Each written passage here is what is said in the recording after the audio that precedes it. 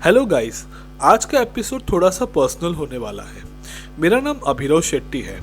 मैं पेशे से यूट्यूबर कम एंटरटेनमेंट जर्नलिस्ट हूँ, जैसा कि आप सब जानते ही होंगे। लेकिन मेरे पेरेंट्स दोनों ही बैंकिंग सेक्टर में जॉब करते थे, अब रिटायर हो चुके हैं। विजया बैंक, जो आगे चलकर बैंक ऑफ बड़ौदा के साथ मर्ज हुआ, इनके इस बैंक में काम करते थे मेरे पेरेंट्स, डिफरेंट ब्रांचेस में। मेरी एक मौसी है जो यूनियन बैंक ऑफ इंडिया में जॉब करती है, तो वहीं दूसरी स्टेट बैंक ऑफ इंडिया में, और मामा स्टैंडर्ड चार्टर्ड बैंक में। मगर मेरा झुकाव हमेशा से ही फिल्म सिनेमा की तरफ रहा।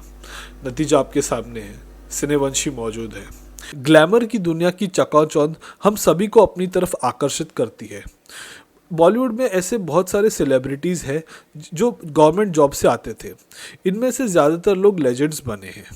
खैर, विदाउट वेस्टिंग एनी टाइम आज का वीडियो स्टार्ट करता हूँ। एंड यस, सिनेवंशी को सब्सक्राइब करना ना भूलिए to watch the library of good videos. Let's start आज का एपिसोड।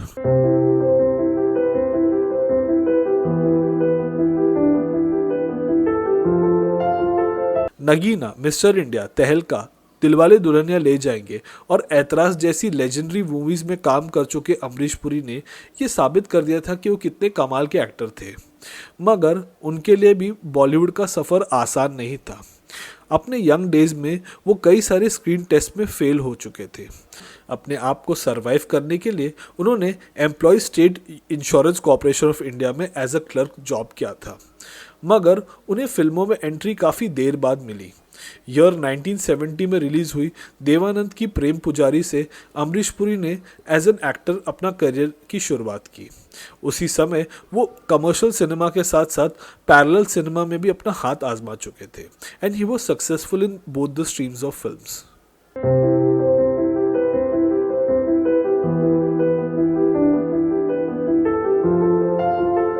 नायक फिल्म में जब अनिल कपूर रानी मुखर्जी का हाथ मांगते हैं, शिवाजी साटम के पास जाते हैं, तो शिवाजी साटम एक ही सवाल बोलकर अनिल कपूर को क्रॉस क्वेश्चन करते हैं, सरकारी नौकरी है क्या, जो टिपिकल हर इंडियन गर्लफ्रेंड के पेरेंट्स करते हैं। इसके अलावा वास्तव मूवी में रघु भाई के पापा के रोल में उन्हें कौन भूल सकता है।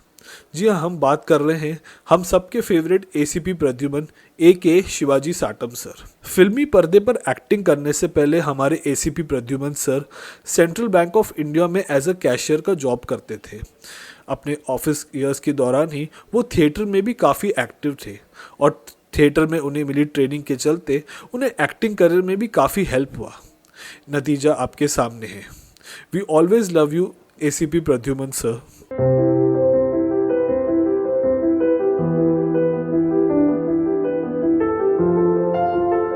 सलमान खान की परमानेंट ऑन स्क्रीन मदर और अपने रघु भाई के आई रीमा लागू भी यूनियन बैंक ऑफ इंडिया में जॉब करती थी।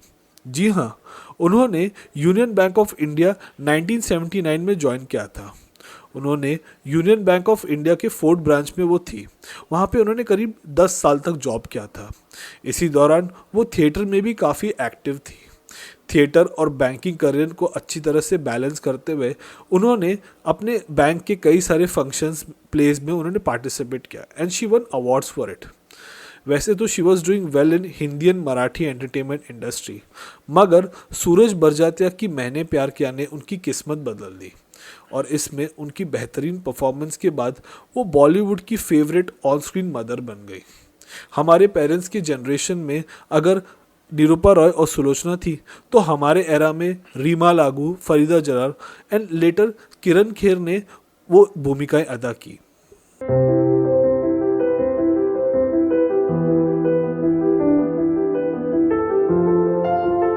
इंडियन सिनेमा में बलराज साहनी का नाम काफ़ी इज्जत से लिया जाता है। एक ऐसे एक्टर जिन्होंने अपने वर्सेटाइल रोल्स करके प्रूफ किया कि वो कितने ऑलराउंडर है एज एन एक्टर। मगर उन्होंने भी कभी सरकारी नौकरी की थी। उन्होंने अपना करियर 1946 की फिल्म इंसाफ से स्टार्ट किया था, मगर 1930s में वो रविंद्रनाथ टैगोर की विश्व भारत यूनिवर्सिटी शांति निकेतन में इंग्लिश और हिंदी टीचर के जॉब करते थे। वहाँ पे करीब कुछ साल काम करने के बाद वो इंडियन पीपल थिएटर्स एसोसिएशन से जुड़ गए थे। यहाँ पे उन्होंने कई सारे प्लेज में एक्टिंग की और डायरेक्ट भी किया। नतीजा उन्हें इंडस्ट्री में आने का एक अच्छा चांस मिल गया क्योंकि उनकी थिएटर बैकग्राउंड काफ़ी स्ट्रॉन्ग थी। और इसके बाद बलराज सर ने कई सारी मेमोरेबल फिल्म्स में एक्टिंग की और अपना नाम हिंदी सिनेमा में हमेशा हमेशा के लिए अमर कर दिया।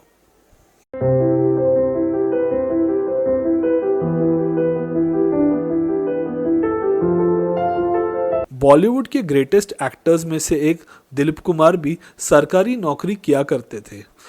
बड़े पर्दे पर एक्टिंग करने से पहले वो पुणे में मिलिट्री कैंटीन चलाते थे, मगर किस्मत उन्हें मुंबई लेकर आई। यहाँ पे उनकी मुलाकात देविका रानी से हुई और उन्होंने यूसुफ खान को दिलीप कुमार बनाया और अपनी फिल्म ज्वार भाटा से लॉन्च किया। और इसके बाद क्या हुआ, रेस्ट इज हिस्ट्री।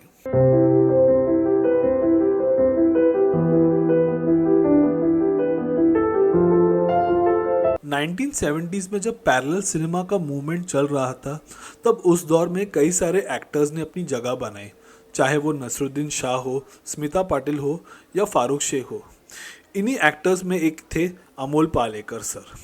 इन्होंने अपने करियर में गोलमाल, छोटी सी बात, चितचोर और जीवन धारा जैसी कई आइकॉनिक फिल्में हमें दी हैं। हिंदी और मराठी सिनेमा में एक्टिंग करने से पहले वो बैंक ऑफ इंडिया में क्लर्क के पोस्ट में थे। साथ ही वो प्रोफेशनल पेंटर भी थे। इनफैक्ट 1967 में उन्होंने ताज आर्ट गैलरी में अपना एग्जीबिशन रखा। उसी दौरान वो इंडियन थिएटर से भी जुड़े। इन्होंने बिग स्क्रीन में अपना डेब्यू किया मराठी फिल्म बाजीरावच्या बेटे से, और हिंदी सिनेमा में वो आए बासु चैटर्जी की फिल्म रजनीगंधा से। इसके बाद अमोल जी ने कभी पीछे मुड़कर नहीं देखा और देखते ही देखते वो बॉलीवुड के लेजेंड्स की लिस्ट में शामिल हो गए।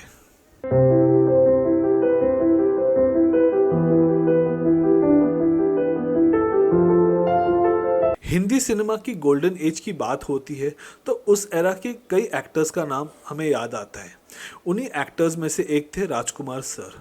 उनकी सबसे बड़ी खासियत थी उनका स्टाइलिश रॉयल अंदाज और उनकी डायलॉग डिलीवरी, जो आज भी सिनेफाइल्स को याद है। इन्होंने कई सारे क्लासिक्स दी, जैसे कि मदर इंडिया, वक्त, पाकीज़ा, लाल पत्थर एंड सौदागर। इन फिल्मों में उन्होंने इनक्रेडिबल एक्टिंग की थी। मगर राजकुमार एक्टर बनना ही नहीं चाहते थे। वो तो एक ज़माने में बॉम्बे पुलिस सब इंस्पेक्टर की जॉब करके खुश थे। उनके एक दोस्त ने उनकी तस्वीर फिल्म वालों को भेज दी और बाद में जब उन्हें रंगीली मूवी से लॉन्च किया गया, तब दर्शकों ने उन्हें सिर आंखों पर बिठाया और देखते ही देखते राजकुमार सर बॉलीवुड के लेजेंड बन गए।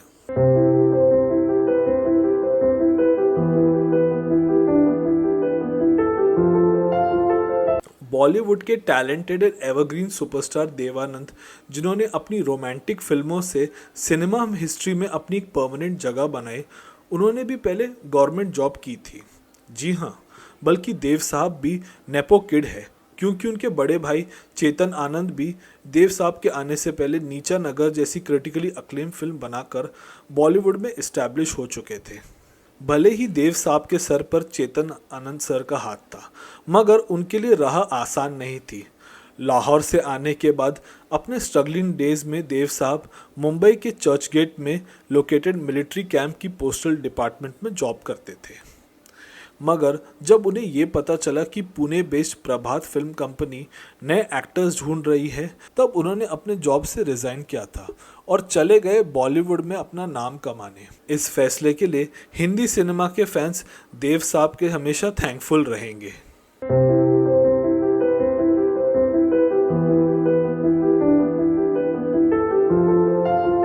बदरुद्दीन जमालुद्दीन काजी एके जॉनी वॉकर को लोग बॉलीवुड का फर्स्ट सुपरस्टार कॉमेडियन कहते हैं। मूवीज में आने से पहले उन्होंने कई तरह की ऑड जॉब्स की थी, जैसे वो कभी आइसक्रीम बेचते थे तो कभी पेन। बाद में अपने फादर फ्रेंड के रिकमेंडेशन पर उन्हें बीएसटी बस सेवा यानी कि बस में, मुंबई की लोकल बस में उन्हें जॉब मिल गई एज अ कंडक्टर। कहा जाता है वो पैसेंजर्स को अपने जोक्स और फनी एक्सप्रेशन से खूब हंसाते थे। एक दिन उनकी बस में सवार थे बलराज साहनी साहब। वो उन दिनों फिल्म बाजी की कास्टिंग में बिजी थे। बलराज साहनी की नज़र जॉनी सर पे पड़ गई और उन्होंने उन्हें नवकेतन के ऑफिस में बुलाया। जॉनी वॉकर सर ने शराबी की एक्टिंग इतनी बेहतरीन की कि गुरुदत्त और देवानंद उनसे काफ़ी इम्प्रेस हो गए। यहीं से शुरू हुआ जॉनी वॉकर का सिनेमा का सफ़र। गुरुदत्त के कैंप की लगभग हर फिल्म एक्सेप्ट साहिब बीवी और गुलाम में जॉनी वॉकर का होना ज़रूरी बन गया था। जॉनी सर के स्टारडम किसी हीरो से कम नहीं थी। उनकी मौजूदगी, गाने, कॉमेडी ही काफ़ी थी दर्शकों को थिएटर्स की ओर खींचने की तरफ। इसीलिए आगे चलकर मीडिया ने उन्हें इंडियाज़ नेशनल ड्रंक कॉमेडियन का खिताब दिया था। लास्ट सेलिब्रिटी की तरफ बढ़ने से पहले we would like to mention about Bollywood के ग्रेटेस्ट सॉन्ग राइटर्स में से एक हसरत जयपुरी सर के बारे में। हसरत सर भी मुंबई में उन्होंने अपनी शुरुआत एज अ बस कंडक्टर की थी। उन्हें शेर व शायरी का बेहद शौक़ था। एक मुशायरे में पृथ्वीराज कपूर भी आए थे। वो हसरत सर के टैलेंट से इतने इम्प्रेस हुए कि उन्होंने अपने बेटे राज कपूर को हसरत सर का नाम रेकमेंड किया था। राज साहब ने उन्हें बरसात फिल्म से as a song writer launch किया था। इसके बाद वो आर.के. कैंप के तो फेवरेट सॉन्ग राइटर ही बन गए। Now let's move on to the final celebrity on this list.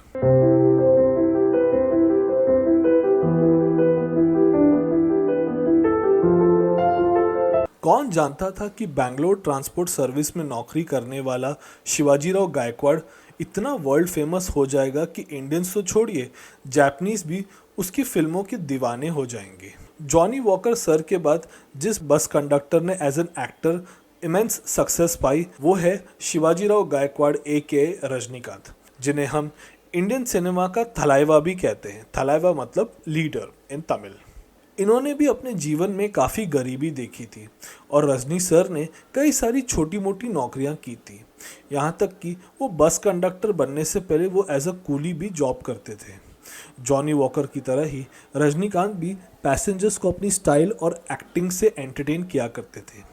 Rajinikanth को उनके कई दोस्त ये सलाह देते थे कि वो फिल्मों में उन्हें ट्राई करना चाहिए। उनके घर वाले इस डिसीजन से खुश नहीं थे, मगर उनके फेलो वर्कर राज बहादुर ने रजनी सर के इस डिसीजन में उनका खूब साथ दिया और कई सलाह मशवरे के बाद वो मद्रास फिल्म इंस्टीट्यूट यानी कि doctor MGR film and television institute में ज्वाइन किया और वहाँ पर उन्होंने एक्टिंग की बारीकियाँ सीखी। अगर रजनीकांत सर आज भी बस कंडक्टर होते तो आज भी हम कई सारी बेहतरीन फिल्मों से वंचित रहते हैं। 74 की एज में भी वो अपने फैंस का दिल लुभा रहे हैं। वीडियो को एंड करने से पहले मैं आप सबको एक मैसेज देना चाहता हूँ। आप में से जो भी ये वीडियो देख रहा होगा वो कोई भी हो सकता है, चाहे वो गवर्नमेंट जॉब की प्रिपरेशन करने वाला स्टूडेंट हो या प्रोफेसर हो या गवर्नमेंट जॉब का कोई प्रोफेशनल या इवन एंटरटेनमेंट इंडस्ट्री का प्रोफेशनल क्यों ना हो। गाइस, हर फील्ड में प्रोज एंड कॉन्स रहते हैं। जिन लेजेंड्स का नाम मैंने इस वीडियो में लिया है उन्होंने काफ़ी हार्डवर्क किया था, साथ ही लेडी लक ने भी उनका खूब साथ निभाया। तो प्लीज़ ग्लैमर इंडस्ट्री की चकाचौंध में अपने आप को मत खोने दीजिए और हमेशा अपने कॉन्शियसनेस को ज़िंदा रखिए। अगर ऐसा ना हो जाए कि आप कुछ ऐसी गलती कर बैठे जिससे कि आपको सारी ज़िंदगी पछताना पड़े। ये मैं एज अ वेल विशर आपके लिए बोल रहा हूँ। खैर, ये था मेरा video government employees turn Bollywood celebrities के ऊपर। I hope you like this video. अगर आप मुझसे सोशल मीडिया पर कनेक्ट करना चाहते हैं तो प्लीज़ वीडियो के डिस्क्रिप्शन बॉक्स में मैंने अपना फेसबुक और इंस्टाग्राम अकाउंट के लिंक्स डाल दिए हैं, so you can check out and get in touch with me. तब तक अपना ख्याल रखिए। Take care and be safe. जय श्री राम, जय श्री कृष्ण।